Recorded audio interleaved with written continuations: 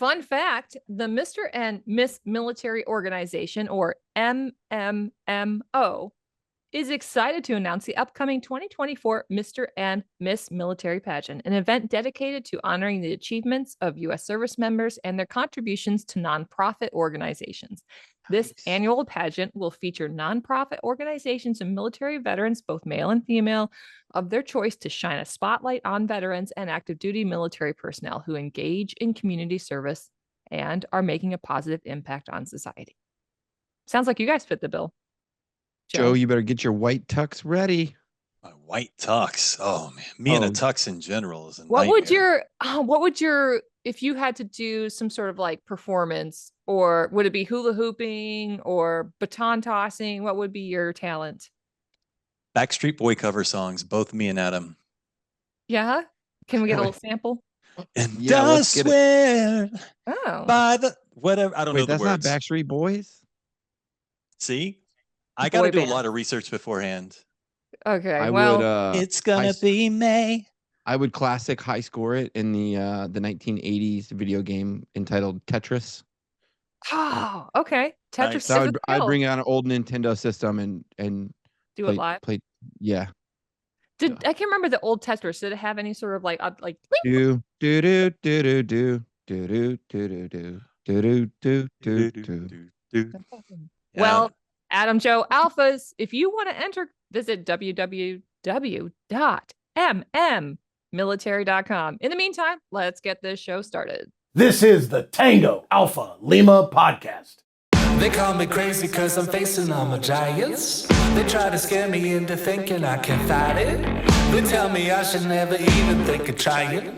But that's just me, I'm gonna live out in defiance.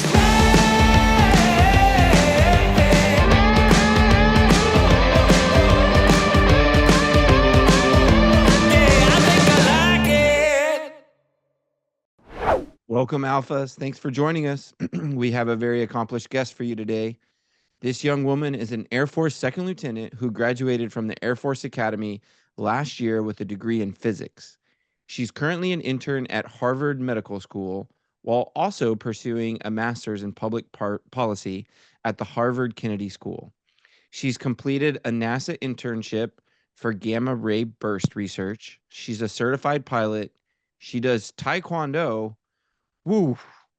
Oh, yeah. And she's also 2024 Miss America, Madison Marsh. We're going to have a lot to talk about with Lieutenant Marsh. But before we get to that, let's talk about wind therapy. Wind therapy, like when you ate Mexican all day yesterday? Cinco de Mayo Cinco de Mayo, baby. We're here for it. How do you prepare for Cinco de Mayo? By doing the same thing you did, eating, like justifying eating as much Mexican food as I can get my hands on. That's right. So we have a story from San Antonio, Texas about being part of the American Legion Riders helps a veteran with PTSD. Texas American Legion Post 10 Service Officer Matt Scherer posted this story on Legion Town. Retired Army Sergeant Ed Richards experienced firsthand the psychological impact of the Bosnian conflict. Helping to find the bodies from the Srebrenica massacre in 1995. Bosnian Serb forces under Ratko Mladic. I think you need to brush off on your Bosnian there. My Bosnian is super rusty. I need some WD-40 for my neck. Systematically executed, this isn't funny. All right. Systematically executed 8,000 Bosnian men and boys after capturing the UN-designated area of this community, an event some UN officials consider as the worst European massacre since World War II.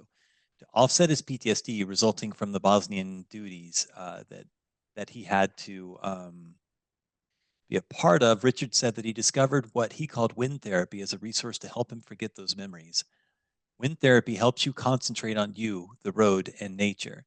Richard said in April during an American Legion Riders rally in April, he helped organize. I said April there twice because it's my favorite month. That's not true. I just needed to justify my verbal flub. There's a special camaraderie with groups like this because you share the same ideas and experiences. Richards has planned another rally June 14th through 16th in Mount Vernon, Texas, starting off at American Legion Post 243. We'll have a link to the event in the show notes in case anyone in Texas wants to join. But the story makes me realize it's high season for Legion riders to hit the road. So let's talk a minute about the American Legion riders and the value of wind therapy. I love the idea of wind therapy. I think that anybody who uses a sound machine or anything, especially when you're out of town for to help them sleep and things like that, I think that you're already seeing some of the benefits of that. There's also an entire thing. There's a group of sounds out there that are called noise blockers, and that also work with like things like tinnitus and things like that to help people.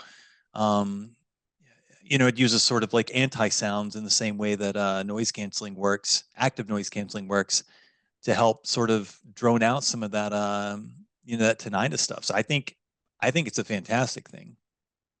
I think the other thing too is like when you're riding, you're exposed, you're exposed to the elements, and it also requires like another level of focus, like much more so than driving in a different way. So you can't really zone out as much, and so because of that, you have to be like way more tuned into like the road, the potential hazards ahead, the function of your machine, how it's working, and the environment. And so I think because of all those things, like you have to be very present when you ride. And sure, I mean, when you're cruising, from town to town, state to state, you can definitely get into the zone. But I think it's this process of like forcing you to be more present. And I think like there's great value in that. I think there's also camaraderie shit. Like I think most of the folks who do motorcycles, at least from what I've seen around my town, because I live in like the perfect motorcycle riding area, they tend to travel in gaggles, as I like to call them, motorcycle gaggles. Yeah. So or vrooms. The gaggle of Harleys over there. That's a gaggle of Harleys and Hondas. So anyway, while it may be a very singular activity, I often see them traveling in groups. So as for me, I know downrange the generators were so loud, right? So I got accustomed to sleeping with a loud noise. Mm-hmm. And when I came home, I gradually upgraded my fans from like, people are like, here's a really nice quiet fan. I'm like, no. I need the cheapest Walmart fan I can get. Whatever's the loudest, something that sounds like it's about to grind out and burn up. So anyway, yeah, wind therapy. If my house isn't in danger of catching on fire, it's not the right fan for me. Exactly. I get my fans exclusively from flea markets. Yes, exactly. From 1955. From 1950. Yeah, with the metal blades that you have to like hide from small children. And honestly, until my wife allows me to, now I'm the man of the house, but until my wife allows me to get a motorcycle, I have to just stick with the sound machines. But I'm the man. She's not home right now. Please don't tell her I said that. You can put the Coke can on the back of your bicycle and make the motorcycle sound. There you go. Get yourself a deck still of do cards. that. I know you did that. Yeah, that was the coolest thing, man. This thing sounds like a dirt bike. You like that? You like that? It's real. Side note, the American Legion Legacy Run registration is now open, August 18th through the 22nd, 2024. Yeah, so that's this year, not last year. I'm not a time traveler. Traveling 1,100 miles from Independence, Missouri to New Orleans, Louisiana to raise money for their new mission, the American Legion Veterans and Children Foundation. You can find out all about this year's run at legion.org/riders. Riders, not writers. And we'll have the direct link to register in the show notes. You know what I like? Tiaras and sashes. Alphas. Grab those both. And we'll be right back to talk to Miss America, Miss Madison Marsh, right after the break. Talking about suicide is hard, but the American Legion has joined forces with Columbia University to develop training for those who want to learn more about interacting and responding to veterans who may be in crisis. American Legion Be the One training. In the 90-minute class, you'll learn to understand the types of suicidal ideation and 4 behaviors that indicate imminent risk, how to use the Columbia Suicide Severity Rating Scale to determine at-risk individuals, how to identify risk factors and warning signs, and how to communicate effectively with individuals who may be at risk of hurting themselves. Online and in-person sessions are available. Visit betheone.org/training to find a session. Learn the skills that'll give you the confidence to talk about suicide and be the one to save just one veteran. Today, we are joined by Miss America, Madison Marsh. So this wonderful person is not just a veteran, but also the crowned Miss America right now. So welcome to Tango Alpha Lima podcast. Hi, thank you so much for having me. Hey, Madison, I'm Stacy. Welcome to the show. Thank you. Thank you. Oh, yeah, absolutely. So I'm curious. I was doing my research ahead of our talk today, and I couldn't really see anybody in your family who was military, and so many within the military are legacy, and that's how we ended up as a family business typically. What drew you to the Air Force, and why the academy? What inspired you? So I had this basically a 30-year-long plan on how I was going to become an astronaut. I went to space camp way back in the 8th grade and fell in love with everything in that world. And once I had started speaking to a lot of the astronauts and seeing how they got their roots and where they came from, a lot of them primarily were from the military background. They were fighter pilots. And so once I started looking into, okay, how do I become something like that, one step back, I had realized that the academies were an amazing place to get those pilot slots, to get an amazing education, and also lessen the burden of, not having to pay for school. And so that was such a big part for me, really just setting myself up for the future. Now that I don't want to be an astronaut anymore, I'm so lucky that I still got to go to the academy because I got that stellar education, the leadership that I wanted. They gave me the opportunity to go to Harvard as my first assignment. So there's so many positives and things that the military has given me that I really wouldn't have gotten elsewhere. Madison, that's quite remarkable. I think what I wanted to say first is that as of about a week ago, I knew relatively nothing about the world of beauty pageants. However, as of last night, and as chance would have it, and also as you can see from my pictures behind me, my backdrop, I'm now a proud pageant father of the newly crowned Little Miss Malvern here in Southern Alabama. And Oh, so if you, awesome. yeah, thank you.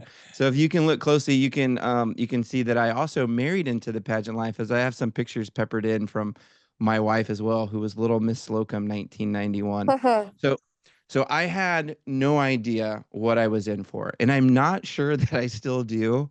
So I guess, like, as Miss America, you're now the role model for so many young girls across the country, and hold the title that many of them dream to aspire to. So I guess my first question is, what advice do you have for the little misses and the misses all across America? And what advice do you have for the mothers and fathers that just want the best for their daughters? I would say you have to stay true to yourself. There's probably going to be a lot of times where people always want to put in their input on how to make a girl more competitive. And if that means that it's going to take away from the integrity of your daughter or it's going to take away from her actual character, don't do it. It's never worth selling your character and what you care about to win a pageant. It's just not. And so that's something that I had always held true to myself, that I would compete as long as it was serving to me and the opportunities that I could give to other people. But the moment that I would have to step away from my true personality and what I hold to be the most important things in my life, then I wasn't going to compete anymore. And I think that stands for every job and every opportunity that you go for, that it has to be at the forefront to protect yourself. Well, I think that's absolutely wonderful. And as we had the opportunity to put our daughter in, my wife and I said, look, like, if we can't enjoy this process, if she can't go and have fun with it, if it's going to be so stressful and we're going to fall prey to all the pitfalls of what, pageantry could be, then let's not do it. And I think, what you're saying really resonates with me, because now that she won, we had the Little Miss Peanut pageant in the fall, which I'm told is an even bigger deal, and only paling in comparison to the title you hold. But I think it's so true, and it's such great advice. So thank you for that. Thank you. Also, he told me before we got going that for a $50 Applebee's gift card, he would pay you a $50 Applebee gift card to come down and coach her personally. So if you're ever hungry, Applebee's. I can taste those riblets now. Riblet. That doesn't sound tasty at all, Stacy. So first of all, 2 pilots in the same room. Yikes for normies like Stacy and myself. But when I was doing my research, I came across some of the earlier interviews you did a couple of months ago, and here are some of the comments I want to read. Jeannie Kim 9951 said, she exudes great self-confidence without the ego. So many achievements for such a young American. And E-Trax said from her Wikipedia entry, Marsh attended Southside High School and graduated in 2019. As a child and a teenager, participated in space camps and flying lessons, received pilot license at the age of 16, led you to enroll in the Air Force in El Paso County, Colorado, graduating with a degree in astrophysics in 2023. I know most of those words. Upon your graduation, became a 2nd lieutenant in the United States Air Force and later enrolled into Harvard Kennedy School to pursue a Master of Public Policy. So in all of this, no one has mentioned that you're also a black belt in Taekwondo. Oh boy. No, I'm not challenging you to a fight. That was a past life. You never forget your training though. Okay, so but what I wanted to do there was I wanted to give you props for your greatest achievement, something that you may not even realize you've done. You united the YouTube comment section. I couldn't find a single bad thing, and that in and of itself is incredible. I don't think there's another video on YouTube that is that universally positive, except for maybe when Brendan Fraser came back into the public spotlight, or Tracy Chapman came back for that fast car. Everyone was like so happy. So Tracy Chapman never went away, Joe. No, I know, she was always in my heart driving that fast car. So, but were you in any way ready for that amount of public attention? And how does your command feel about that? And as a follow-up to that, was there training beforehand or in reaction? Like, oh my God, what have I gotten myself into? So we did a lot of work before Miss America in the event that I would win. And so I had started almost right after I had won. I got my new command after I'd left the Air Force Academy, and I was then under AFIT, the Air Force Institute of Technology for the civilian programs. And they had really worked with me to start prepping the legal work of what is this going to look like if Madison wins, just in case. And so we had prepared as much as we could, but obviously you never know what it's going to be like until you get thrown into it. And I just feel like right after I won, there's definitely been a lot of positives, but I've also seen like the negative sides. And for me, when it comes to public attention and Instagram and all the social media pieces, because everyone's on it now and always has an opinion, I've decided that I'm not going to read any of it, positive or not, just because I don't want the possibility to stumble and fall upon something that someone might be trying to reflect poorly on my character, because you know that if you respond to one thing, you're going to respond to everything. Yeah. It's going to start something else, and it's better to just remain silent, remain true to yourself, because the only person that really knows you at the end of the day is you. And so that's what I've done to kind of help me deal with this entire year, and probably what's going to continue on afterwards, because of the amount of following and attention that it's gotten because a military member is Miss America currently. And so that's what I've done to protect myself. My command has been amazing. The Air Force has been putting me first, which has been so phenomenal. And I'm really lucky to get to have them, because before anything else, they want me to be treated as a human. They want me to get the time that I deserve. They want me to be protected, and that's exactly what they've done. And so I'm really happy that I have them in my corner. You know, also, I mean, it's, you know, there's a recruitment, you know, just like with anything in the military, it serves 2 purposes. I mean, you know, all these young ladies that you're inspiring right now can see you doing these things and may want to follow in your footsteps. So, you know, you're paving the way, and we appreciate it. Yeah. Oh, thank you. Yeah, Madison. So I woke up like the rest of America to my social media feed just being completely overwhelmed with mainly positivity. And I will say that was probably smart not to read comments, because, you know, it just takes one to plant a really ugly seed, and that's not fair at all. Mm-hmm. But, you know, as a woman who served in combat roles before combat was actually lifted or, those bans on us were lifted, it was a different time and a different environment. And a lot of women talk within our communities about forward progress, always 2 steps forward, 1 step back. And I couldn't help but dive into the comment section on the sort of closed and quiet pages for the women veterans, just to see how things were being perceived or received. Some of them were slightly conflicted.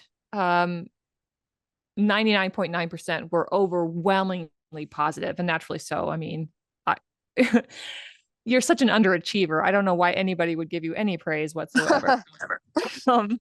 No, but in all seriousness, one gal wrote, I'm certain males in the military are laughing. This just gives them more fuel to argue about why women don't belong in the military. Now, that was just one of those, but I will say this, that there were so many comments, and I highlighted this one.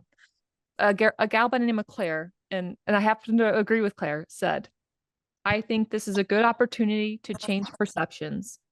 She is an accomplished woman with big goals and a platform to use for good and to make a difference in how this Miss America role is perceived and how women in the military are viewed.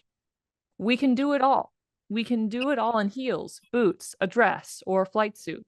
She has the opportunity to make whatever she wants out of her role as Miss America. I'm excited to see just what she does with it, and I'm sure she will do her best to represent the Academy and the military women honorably and as they deserve. Change is happening every day.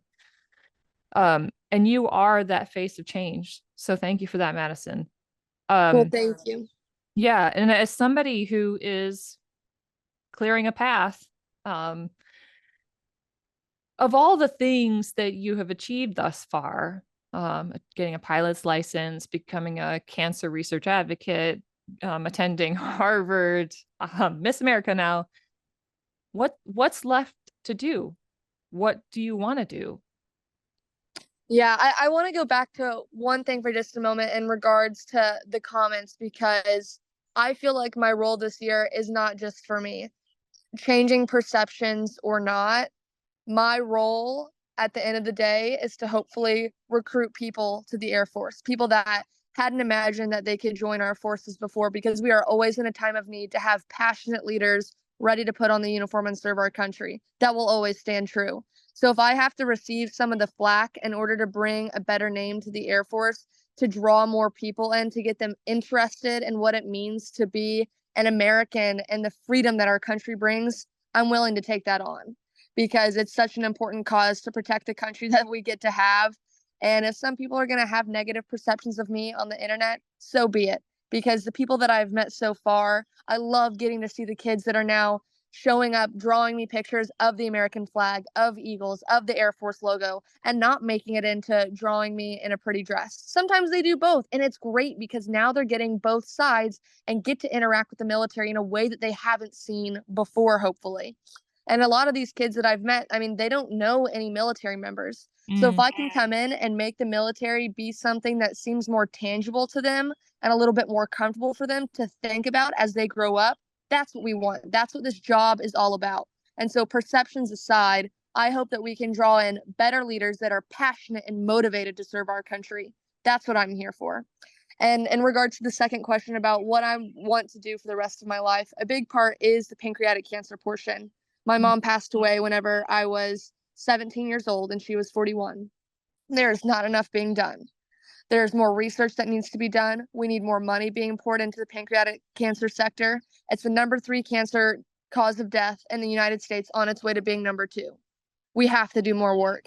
And if I know that every single day that I get is an opportunity to make positive change for somebody else, it's another day and another moment that my mom doesn't get to have. So I better not waste it doing something that I don't care about, I'm not passionate about, or it's going to make me upset.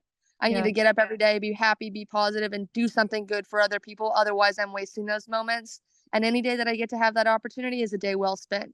It's another day that I get to work for pancreatic cancer patients, or maybe leading people to a better life in the military, or making life a little bit better for some of the women and men that get to put on the uniform. So there's always work to be done, regardless of accomplishments or things that I might have gotten on my resume. Those don't matter to me at the end of the day. It's the people that I get to impact around me that do. Yeah. Well, my uncle, who was one of the primary instigators in my joining the Air Force. He was the one who got me my job and everything. Has battled pancreatic cancer for a number of years now. So what you're doing behind that definitely strikes home with me on a number of levels. And I think you're absolutely right. All the comments be darned on social media, because it's really nothing in compared to one's actions. And I think your actions speak so much louder than words on a keyboard could ever type. Well, thank you. Darn those commenters. Darn them to heck. Madison, I wanted to shift a little bit and talk about your aviation background and how that helped prepare you for Miss America, the pageant, but also what you've been experiencing since winning, and kind of where you want to go with your aviation career, with everything that's that you have laid out for you.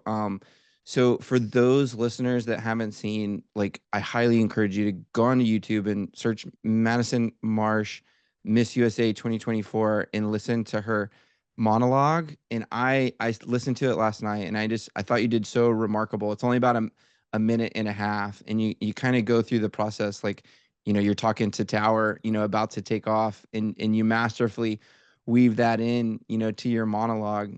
So how did becoming a pilot help you prepare for what I kind of consider that to be, at least so far in your life, like the greatest check ride that you have? Because once you're a pilot, you realize everything in life is really a check ride of sorts. And what will your flight trajectory be in the Air Force, if at all, or will you just continue forward civilian when you have the time? Yeah, so I think I'm going to continue forward with civilian only, because my fiance is also in the Air Force and is starting pilot training, and we really want to be able to prioritize family life. That is the most important thing to me at the end of the day. I was really blessed to have the family life that I did, even after my mom passed away, and that's the type of thing that I want to replicate, so I'm always going to put that first. And so I'm really excited. Hopefully I'll get to go back and start a new license next year when I'm back at Harvard. And can do that in some of my free time.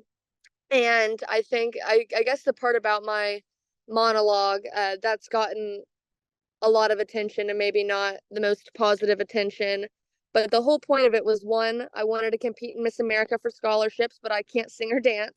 And so I needed to do something that could make people excited and interested.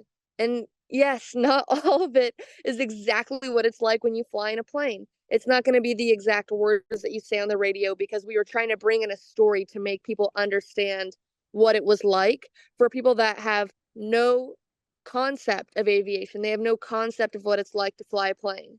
And so we needed it to be a little bit more theatrical, to be a stage performance, right? And so that was the way that we went about planning how we were going to perform this talent. And then the other part of it was, just seeing all the kids that had come up to me afterwards throughout this year saying they want to be a pilot now. That kind of sparked their interest to look at flying planes, to be female pilots, to be in the military. And that's what it's all about. And so if I had to receive a little bit of flack for that talent, that's okay, because we're getting people interested in these really amazing communities. And, aviation has changed my life. I had a really amazing flight instructor who unfortunately passed away a few years ago from a heart attack, but he was an F-16 pilot for the Air Force, retired colonel, and he was like a second father to me. He impacted my life in the plane and out of the plane. He taught me all of the military standards. He always made me practice from like the moment that we started flying, how he went through checklists in the military, but he also taught me how to be a leader outside of the plane. He taught me how to be an upstanding woman, prepared to take on the world and prepared to take on to lead other people. And so that's the type of skills that I gained from aviation that I really wanted to try and relay in and out of the pageant world. Well, I thought you did so masterfully, and I think it kind of goes back to what we've been talking about is, people are going to say stuff regardless, but you showed up, authentically yourself. You gave a great performance, and you really got to highlight the aviation community in an arena that doesn't really do that so much. And I know, I flew in the Army for 10 years, and whether you flew for 10 years or you flew for one day, getting up in that aircraft, you realize the amount of work and dedication that it goes to safely get off the ground and back on the ground. and I thought that you packaged that in a fun and engaging way. And so, thank you for doing that for the aviation community and for the girls, to inspire them that they can, go and follow that path as well. I thought you did a great job. Oh, thank you. I'll just say that confident people don't jump online and attack other people's accomplishments. I mean, I hate to be dismissive towards anyone, because everyone is people, and sometimes good people with good hearts have bad days. But, I love your idea of just not looking at that stuff, because a lot of those things reflect how people feel about themselves and not how they feel about you. And so I found a great deal of peace myself in just staying off the internet and social media as much as possible. Unfortunately, you're in a situation to where you do have to engage some. So, I think you've got a good mindset with it, though. But I wanted to ask, you've mentioned, here you are, you're you're in front of all these young misses, and thousands of little kids and teens across the US are looking up to you, and that's no small amount of pressure. I feel like you're probably living a lot of your life half an hour schedules at a time, and I'm sure that this is a lot. How do you decompress? How do you take that time that you legitimately need to say, hey, this is Madison time. This is time with me and my fiance. This is time with me going and doing something that I need for my mental health. What do you do to decompress? I mean, we're still kind of trying to work through that right now, to be honest, and how I get that time off. But I will say my fiance is like the most important part of my life, and he's what keeps me sane at the end of each day. Every single day that I'm done with work, we're calling to talk through his day and my day so we can catch up, prioritizing our relationship first. And then also that goes into a lot of ensuring that sometimes I do need to have that off time to go and see him. Sometimes at the end of every night, I'm reading a book. I'm a big bookie, so I love doing that. And so it's all these small ways that you try to keep yourself with your head above the water. Sometimes it's really difficult. I won't lie about that. I don't want anyone to ever think that every day is an extremely perfect, awesome day. There are really tough days. There are days that I'm still grieving about my mom, or work is really hard and it's really stressful and it's tiring. And that's okay. Everyone's human, and everyone's going to be faced with times like that in their career at one point or another. And it's all right to not have it figured out perfectly on how you're going to deal with it. If I ever legitimately won a crown or a sash, I would need two of them, because I would wear one into the ground. I would make people call me Mr. America all the time. Okay, that's not true. Oh gosh. Thank you so much. I roll. So I couldn't help but notice that you said you were a total bookworm. And so if you have time, what are you reading now? So I've been on a thriller kick the past couple of weeks. And so I love thriller, fantasy. I mean, just about anything. I like to read into stories that can really help me disconnect and unplug from reality. Yeah. Because I think that's what I would rather spend my time reading a book than going on social media, because I want to feel like everything is being turned off, but me really getting into this book and being a part of that world. And that's what I love about it. So I'll read just about anything. I've been talking to our super producer Holly about a number of books. She's a book nerd. I'm a book nerd. And I don't know if you're into Audible books, or books on tape, as the old way of saying it, but I'm actually into A Court of Thorns and Roses, because I'm like you. I have to have a complete departure from any reality whatsoever. So if it doesn't have dragons and fairies, I'm probably not into it. A Court of Thorns and Roses is my absolute favorite series, hands down. So love it. Have you read or have you listened to or read The Fourth Wing?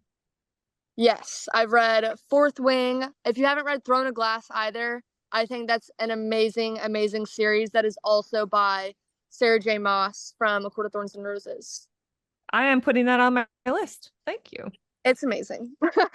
I want to jump in and say that my daughter she's followed in my footsteps as well, as far as being an absolute book nerd. I'm an author as well. So is Adam. But I just want to say that one of the most interesting ones, so I'm an amputee. I got hurt in Iraq in 2004, and I was a corpsman with 2-1 Marines. but so that's why I'm bringing this up, because there is a book by the name of Cinder, which is a Cinderella story where it's not a shoe but a prosthetic foot. Hmm. And if you haven't read that, apparently that one's incredible. But the cover Okay. art is really awesome. But it's called Cinder. And Okay. it's sort of like I'll a go look at it. post-apocalyptic, sort of thing. So it's on my list, but I've got so much. My TBR is daunting. I don't even like saying it out loud. Madison, my serious question for you, aside from books, what is a day in the life, aside from doing Sunday podcasts like you are with us today, which thank you for doing that? What does a normal sun up to sundown day look like for you? I mean, it's kind of hard to pin down because every single day is very different. All of the schedules are always different. I've always have a packed schedule running around, early mornings getting ready, late nights coming back. It just depends on that middle piece of who's booked me that day. That kind of dictates exactly what I'm going to be doing.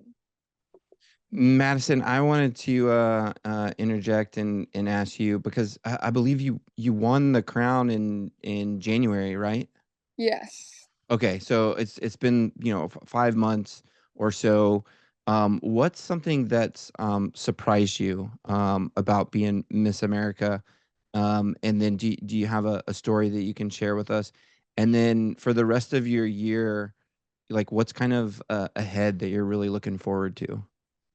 I would say the thing that surprised me the most has been how involved and supportive my Air Force command has been. I mean, from the moment that I won, I think probably about 20 plus people had been working this issue from the moment that I won to make it happen, to make sure everything was right, all the way up to the top people in the Air Force and the military, ensuring that people in Congress were good with all of this. And so from that moment on, I mean, I have teams from all over that are working my schedules, ensuring that I'm getting booked in the right places, ensuring that I have someone from the Air Force traveling with me to represent me and to protect me.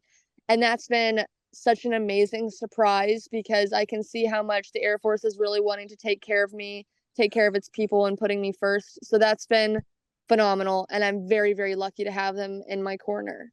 That's really encouraging. No, Yeah. it I really is would agree. because it's such a big deal, right? And it's such an opportunity to be able to highlight, all the wonderful things that you're doing as a brand representative for the Air Force. So it is really encouraging to hear how they've supported you throughout that. I agree. I agree.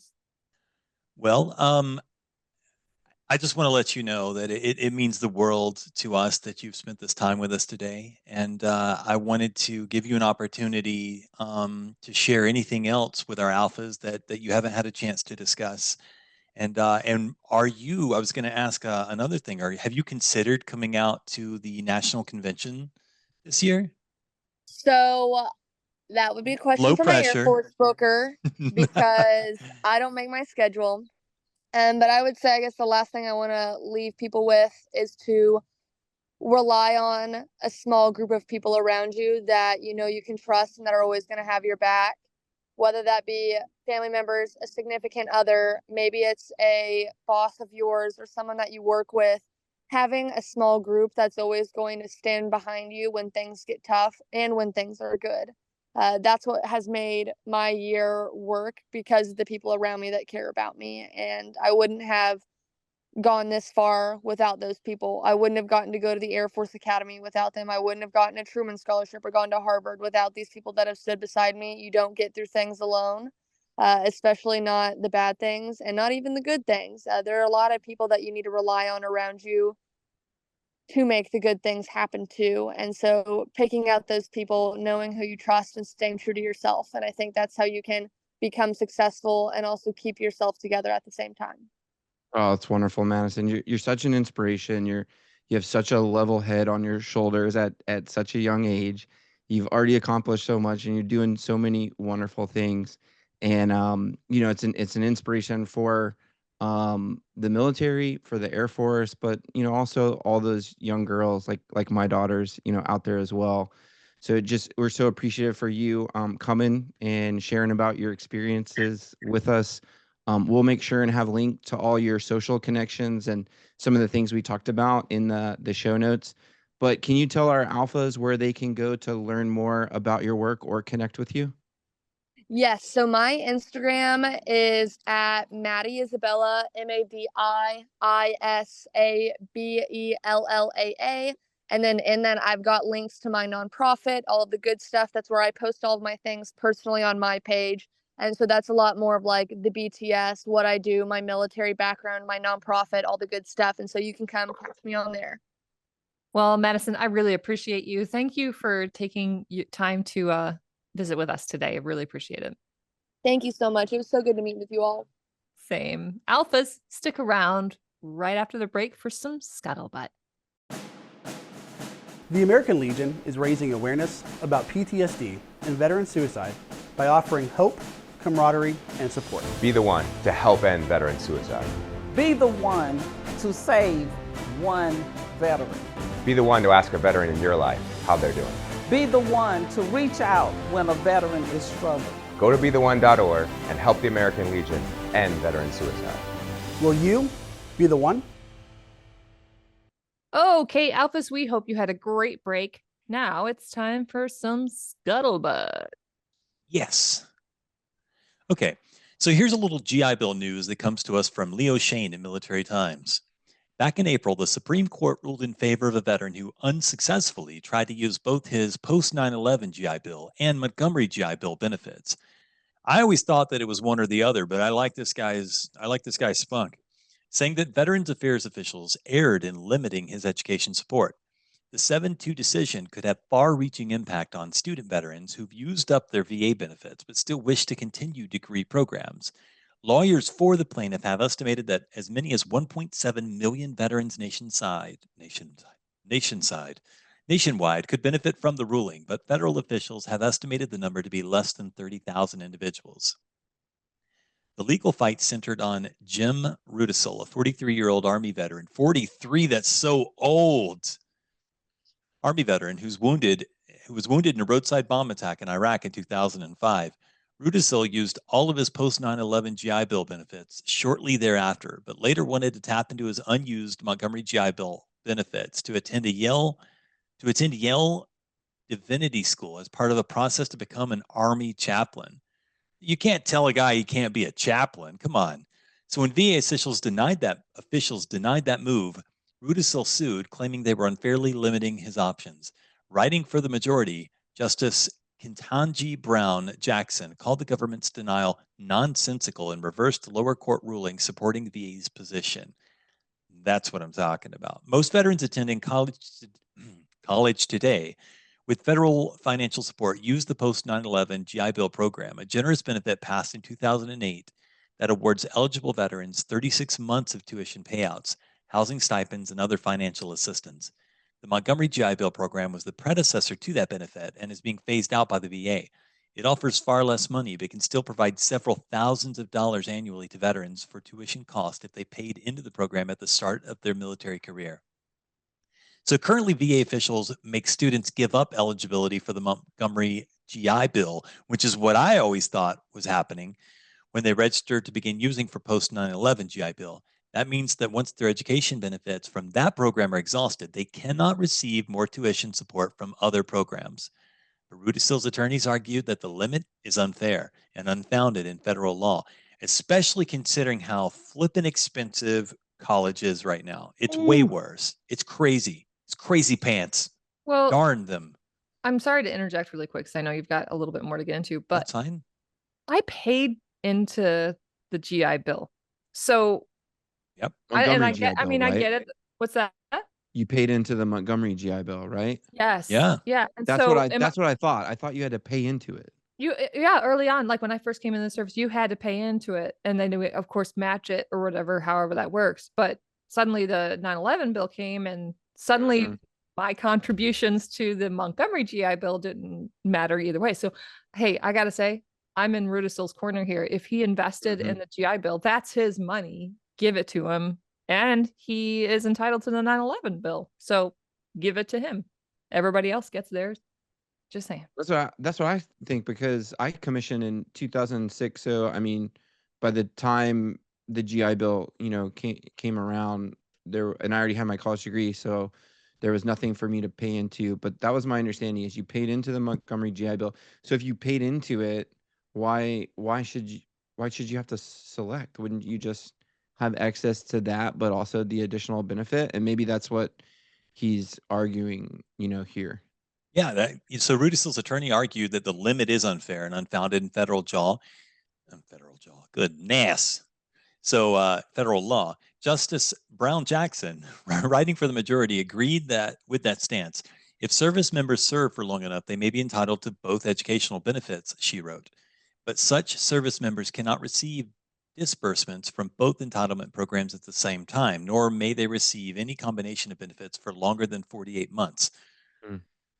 And you know what? I guess that makes sense. But the thing is if you paid into something, you're entitled to it. And if they tell you that you're entitled to something, it shouldn't absolve everything else that you've already paid into. So separate federal rules cap any government education higher education payouts at 48 months and prohibit using such benefits concurrently. Therefore, even if veterans qualify for both programs, they can only use them both in a very limited circumstance. But in Rudisill's case, a majority of justices said that he should have been able to access about 10 months of Montgomery GI Bill benefits to attend Yale.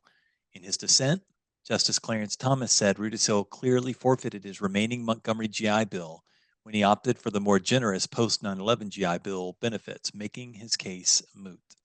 So send me my money back. Send me my buy-in. Yeah. Write me a check, exactly. baby. Yeah, I'll just take my investment right back. That's right. You give me a check. I can forgive a lot of things. I mean, so understanding GI benefits is hard, especially if your service spans different GI Bill eligibility periods, which is most of us, because I remember paying into Montgomery GI Bill. I even used it initially. So what do you guys think about the SCOTUS decision? I think, if it's practical and logical, then there's a case for it. If you're trying to take advantage and scheme the system, which it doesn't really, sound like that, but I know it's precedent, for many more. And I think, like, the logical conversation and argument here is, look, we have a much more comprehensive benefit package in the GI Bill of 36 full months that, if you qualified and served during that time for, it's going to be significantly better than the Montgomery GI Bill. So, I don't think it's an easy answer. And but I'm encouraged by Rudisill's pursuit of excellence in the realm of academia. And I think, that's the big thing here, is trying to go and become better, and thinking that he has access to Exactly. these benefits. And so why can't I use that, right? Well, okay, if I can just make some points here. This is dangerously close to the same idea that you have to choose your military retirement or your VA disability. Richard Starbill.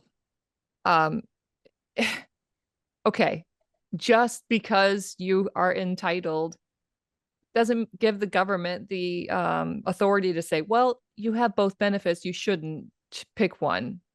Didn't you, so for instance, my husband served over 22 years and, qualified for military retirement, but he also got blown up several times and is disabled. So is he not entitled to that too? Why would it have to be one or the other? And I go back again to, listen, I paid into the GI Bill. Let me use up what I paid into it. Right. And yes, the 9/11 GI Bill is more comprehensive. Let me have that. I earned it. I did serve during post 9/11. So I don't know. That's a great argument, and I don't disagree with it at all.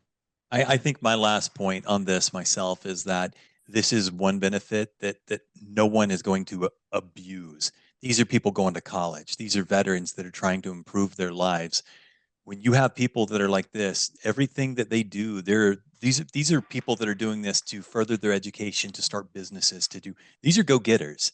These people are going to pump more money back into the system than you're going to get paying off some of their, loans. I mean, this is one of those crazy things that, for all the people that like to complain about people that taking advantage of benefits that don't deserve them, this is something that is deserved. When you go into the military, a lot of people like myself did not have access to being able to go to college. I went to war.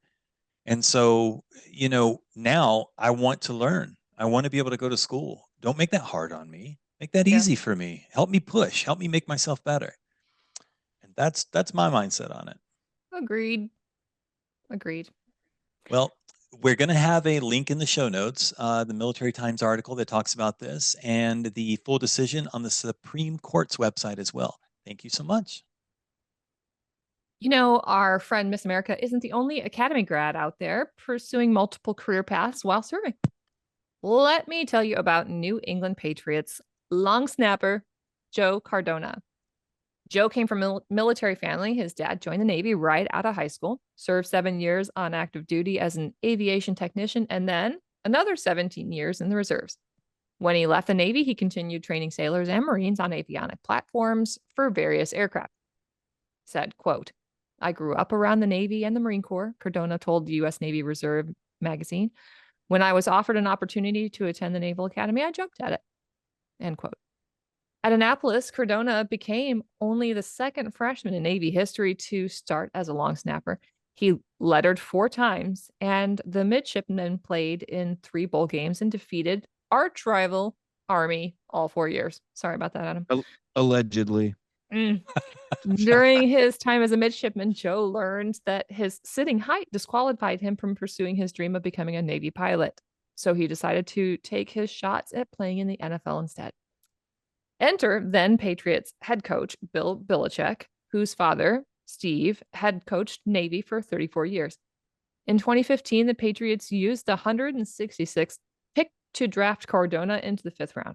He was only the 4th long snapper ever drafted and the first Annapolis grad to be drafted since 1993. Since 1993, then, who was the first? Who was in 1993? Anyway, Alphas, let me know.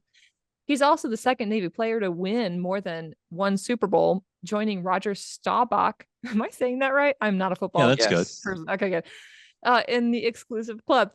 The Patriots won Super Bowls in 2015, 2017, and 2019. Wait, wasn't there some Deflategate during that time? With Cardona as long snapper. During his rookie season, Cardona spent his off days working a 24-hour shift as command duty officer at the Navy Academy Preparatory School in Newport. Unlike other CDOs who were given a lighter load the day after their duty, Cardona, the trek back to Gillette Stadium for practice. After an active reservist, Cardona is a department head in Maritime Expeditionary Security Squadron 8, based at Naval Station Newport. This small boat unit provides security to challenging areas such as the Horn of Africa. For the last 2 years, Cardona has spent his active duty time supporting the mission in Djibouti. Been there and done that. A country at the confluence, what a word. Thank you, Holly, super producer, of the Red Sea and the Gulf of Aden. It is right across the water from Yemen, if you didn't know where that was. Think of hotter and hottest, and you'll find Djibouti right there next to Yemen and the peninsula of Saudi Arabia. And anyway, that's where the Houthis, we've been wreaking havoc on commercial shipping. Didn't they make a movie out of that with Tom Hanks? Some sort of pirates? Yeah, check that out. Oh, is that look at me? Yes. I'm the captain now. Yes, I'm the captain now. It's high on cod. If you don't know what cod is, check that out. It's one of the major commercial industries. Piped all the way in from Yemen into Djibouti. Anyway, Cardona continues to serve, but because he wants to, not because he has to. He said, "I'm already past my minimum obligation. Here I am going into year 10. I take a lot of pride in what I do, and I'm very lucky to have had a meaningful reserve job. As long as you're getting fulfilled by the service and you're finding good opportunity, I can definitely see myself staying in." I just want to say that this goes in the record book for the most amount of times we've said long snapper in a short time frame for the Tango Alpha Lima podcast. Well, and I would say booty in Djibouti. Yeah, Djibouti instead of Joe's booty. True. I'm sure you Which hear is that. completely unrelated. I just wanted to talk about it. Yeah. Any Patriot Alpha fans out there? drop us a line. Let us know what you think about having this sailor on your team. I think it's pretty cool because but other than the fact I can't personally stand Tom Brady or crab cakes. However, Well, I guess I look at Tom Brady as being one of the primary factors of being able to bring in Super Bowl rings. So, what's your beef with him? no, I'm just kidding. I don't have anything against him. But Roger Staubach did play for the Cowboys. Great Also, quarterback. Great we American. have to shout out original host Mark Seavey, who's a big Patriots fan, and he said he'll fight you, Adam. I talked to him I don't every have morning. anything against the Patriots other than being a Cowboys fan in the 90s. Is probably slightly what it was like to be a Patriots fan in the 2000s, except for they just kept winning more and more Super Bowls. But I remember growing up, I was like, what's the big deal? Your team's just supposed to win the Super Bowl like every other year. And apparently Oh, that's not a thing. man. Yeah, it's not You a know, I thing. was just something just popped in my head. Listen, I only watch football when my husband knows the Dallas Cowboys are on. We're a Cowboys house. Not a football fan. I wouldn't even go as far to say I'm a Dallas Cowboys fan. Only just by proxy.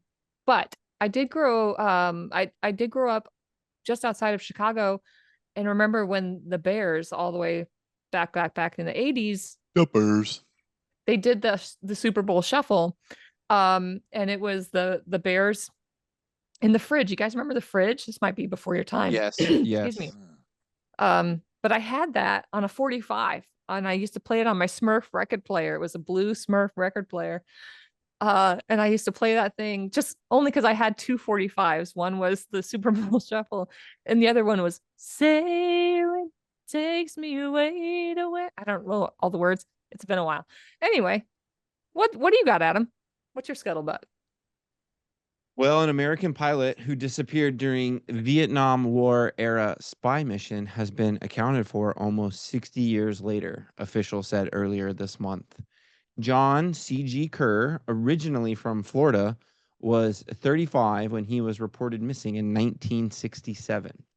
Kerr had been piloting an attack aircraft, shot out, on a solo nighttime armed reconnaissance mission over Laos on August 22nd, 1967. The Defense POW MIA accounting agency said in a news release he did not return from the mission and failed to check in via radio, spurring U.S. forces to undertake an extensive electronic and visual search of the area where he had flown.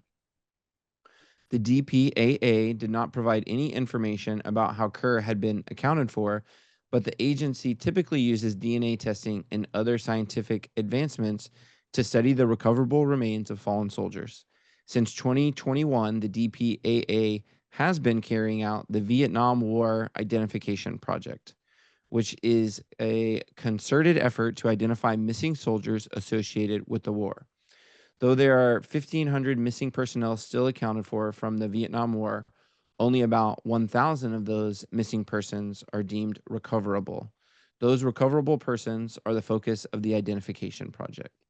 The project currently has 170 active accessions believed to contain possible human remains.